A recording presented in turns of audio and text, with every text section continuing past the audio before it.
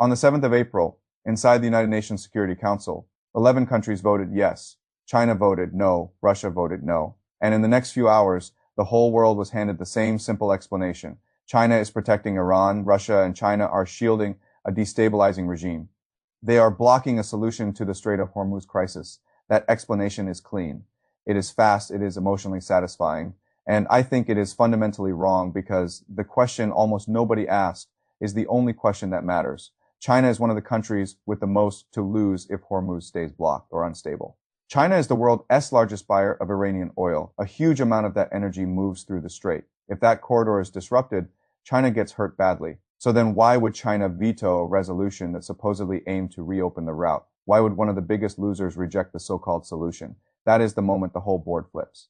Because once you take that question seriously, the story stops being about China defending Iran out of loyalty. It becomes a story about legitimacy. It becomes a story about leverage. It becomes a story about who gets to reopen the most important energy choke point in the world, under what authority and at what long-term strategic cost. And once you see it that way, the veto stops looking passive. It starts looking precise. In fact, I think it may turn out to be one of the most important strategic moves China has made in years.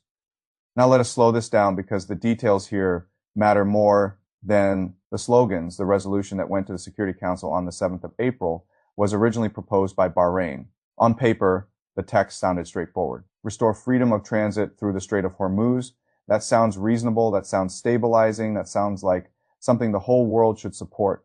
But hidden inside the early language was a phrase that matters enormously in diplomacy, all necessary means. And that phrase is never decorative. It means force. It means escalation. It means military action wrapped in legal language. That is why several countries pushed back immediately. China pushed back, Russia pushed back, even France pushed back. The resolution was revised, then revised again. The direct path to offensive force was softened. The wording became more diluted, more careful, more publicly acceptable. And still, China and Russia vetoed it. That matters because it tells you this was never just about one phrase. It was about the entire strategic direction buried inside the resolution. The public Western framing after the vote was easy to predict. China and Russia shielded Iran. They blocked the reopening of a vital route. They put the global economy at risk. But that reading assumes the only important question is whether Hormuz should reopen. That is not the real question. The real question is this: who gets to reopen it? By what means? Under what legal cover? And what world does that create afterward? That is where the Chinese calculation becomes much more sophisticated than the media version allows. Start with the first layer. If this resolution had passed even in softened form, it would still have given the United States and its allies something extraordinarily valuable: legitimacy, not just power, power with approval. It would have meant the United Nations Security Council effectively blessing a force-backed reopening of one of the most important energy choke points on Earth. And once that happens, the whole meaning of the crisis changes. Now, the world is not just watching ships move again. It is watching America prove that it still decides who gets access to the central arteries of global energy that matters enormously to China. Because from Beijing's point of view, the nightmare is not only expensive oil, the nightmare is dependency. Dependency on a world where American controlled maritime power can decide whether China breathes easily or under permission.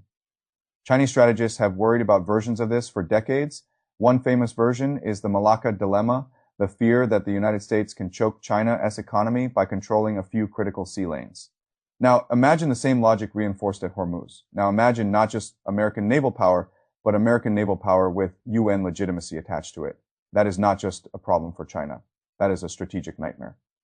So the first principle is simple. If America reopens Hormuz under its own force and under international legal cover, China loses something much more important than a few weeks of market stability. It loses ground in the long war over strategic dependence. And that is why the veto was not optional from Beijing's point of view.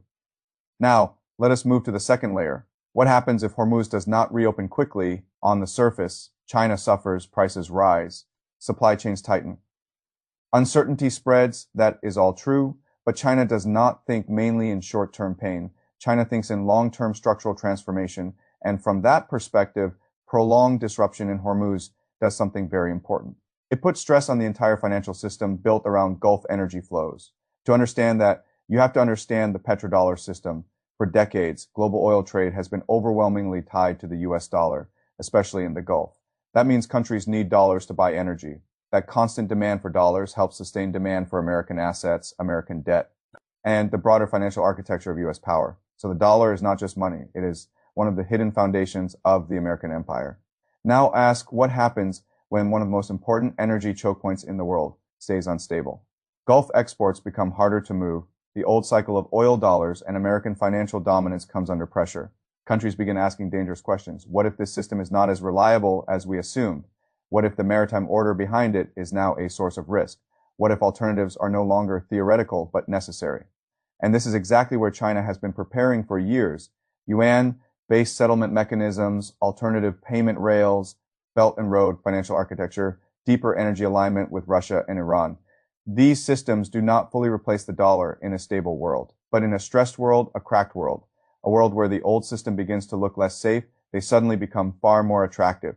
So what looks like a crisis on the surface becomes an opportunity underneath. Every week that Hormuz remains unstable increases the pressure on the dollar-based order. Every disruption makes alternatives look more serious. Every shock weakens the assumption that American-led finance is the only durable framework left. That is why the veto is not just about a waterway. It is about the financial order attached to that waterway. China was willing to absorb short-term pain because the long-term weakening of the old system may be far more valuable. Now we move to the third layer, and this is where many analysts still badly underestimate China. A lot of people say, fine, maybe the veto is strategically clever, but China still needs the oil. China still gets hurt. Yes, it does. But only if you imagine China is improvising in real time. China is not improvising. China has spent years building buffers for exactly this kind of disruption, strategic petroleum reserves, diversified suppliers, overland corridors, the China-Pakistan economic corridor, deeper logistics ties with Russia and Iran, massive investment in solar, wind, nuclear, and grid systems at home. This is not just energy policy, it is resilience policy. It is Beijing building a system that can absorb maritime shocks better than many of its rivals. So when a crisis like Hormuz arrives, China does not experience it as pure panic. It experiences it as a stress test, painful, yes, but survivable. And when you compare that with other major economies, the contrast becomes important. Europe is highly exposed, Japan is highly exposed, South Korea is highly exposed. Many U.S. allies have fewer buffers, fewer alternatives, and less political tolerance for sustained energy pain. So the longer the disruption lasts, the more China-esque preparation becomes a strategic asset that changes the balance of power. Now let us move to the fourth layer, because this is the part the West consistently underrates the narrative battlefield. China's ambassador argued that the resolution did not address the root causes of the crisis. Russia made a similar argument in their framing. The proposal treated Iran's response as the main problem, while minimizing the escalation that came before it. Now, whether you fully agree with that framing is not even the key point. The key point is that this argument resonates. It resonates deeply across much of Asia, Africa, and Latin America. Why? Because a large part of the global South has watched the same pattern for decades: intervention first, justification later. Force presented as order, rules applied selectively depending on who is acting and who is being acted upon. So when China vetoes a resolution like this, it is not only making a geopolitical move, it is also making a narrative move. It is telling a very large part of the world, we will not automatically endorse force under a system that many of you already believe is applied unevenly. That is politically valuable. It helps China present itself not merely as a rising power, but as a critic of selective enforcement and a defender of sovereignty language that resonates strongly outside the Western alliance system. And in geopolitics, narrative power matters. Wars are not fought only with missiles. They are fought with stories, who is escalating, who is defending, who is bending the rules, who is protecting them. That battlefield matters because perception shapes alignment and alignment shapes power. Now step back and take the largest view of all. What happened on the 7th of April was not just about Hormuz. It was about the world system for years. People have talked about the shift from a unipolar world to a multipolar world as if it were still theoretical. It is not theoretical anymore. The veto made it visible because what China and Russia demonstrated with one decision was simple. The Security Council is not America's rubber stamp anymore. There was a period, especially after the Cold War, when Washington could move through international institutions with extraordinary freedom. If the United States wanted pressure, intervention, sanctions, or legal framing, it could often get it. Russia was weak. China had not yet risen enough to contest the structure directly. That era is over. The Hormuz vote made that painfully clear. America went to the UN seeking legitimacy for what it framed as a vital stabilization move. It did not get it, not because of delay, not because of technical procedure, but because two major powers looked at the proposal and said, no, that is a structural shift in world politics. It means there are now visible limits on what the United States can authorize through the old institutional order. And that matters far beyond this one vote because power is not decided only on the battlefield. It is decided across four systems at once: military, economic, political, and narrative. And if you want to know who is really gaining power, you have to look at all four at the same time. Militarily, China fired nothing and still constrained the legal battlefield. Economically, it allowed stress to continue on a dollar-centered energy system while standing on buffers it had spent years building politically. It positioned itself as the defender of sovereignty against selective force. Narratively, it told a compelling story to much of the non-Western world. We are not the ones escalating, we are the ones refusing to rubber. Stamp the escalation. That is an extraordinary return from one veto: no war, no mobilization, no direct confrontation, just leverage, timing, and institutional precision. Now, let me address the biggest pushback. People say this cannot last forever. Eventually, China must want Hormuz reopened. That is true. Eventually, everybody wants the route functioning. But that is not the strategic question. The strategic question is this: who runs out of time first? And here the picture changes sharply. America is burning through time faster than China is.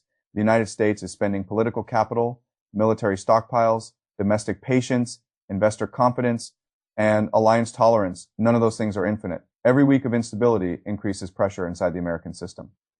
Iran, by contrast, has built its strategic culture around endurance. China has built its economic model around buffers. So delay itself becomes a weapon. And that is what the veto really accomplished. It did not solve the crisis. It stretched it. It denied Washington a fast institutional win. It forced time to keep running. And in this kind of contest, the side better prepared for attrition often gains more from delay than from speed. That is why so many analysts are still misunderstanding this moment. They are treating it like a conventional military contest. It is not. It is a struggle over systems, endurance, legitimacy, and the shape of the next world order.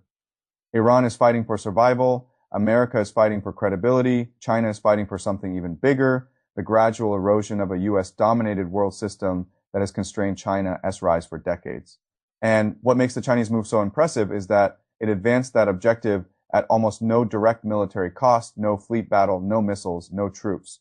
Just one diplomatic weapon used at the exact moment Washington most needed: a yes.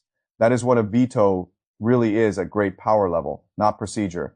A strategic weapon in legal form. It can delay, deny, frustrate, and redirect the trajectory of a war without firing a single shot. That is why this moment matters so much. Years from now, historians may not say the turning point was a bombing campaign or a naval maneuver.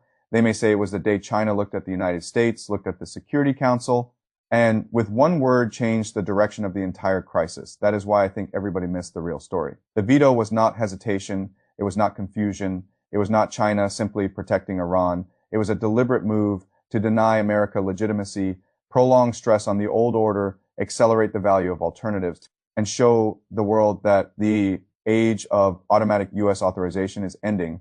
And once you see that the whole crisis looks different, because this was never just about reopening a waterway. It was about who gets to define the rules of the world that comes after the old one starts to crack.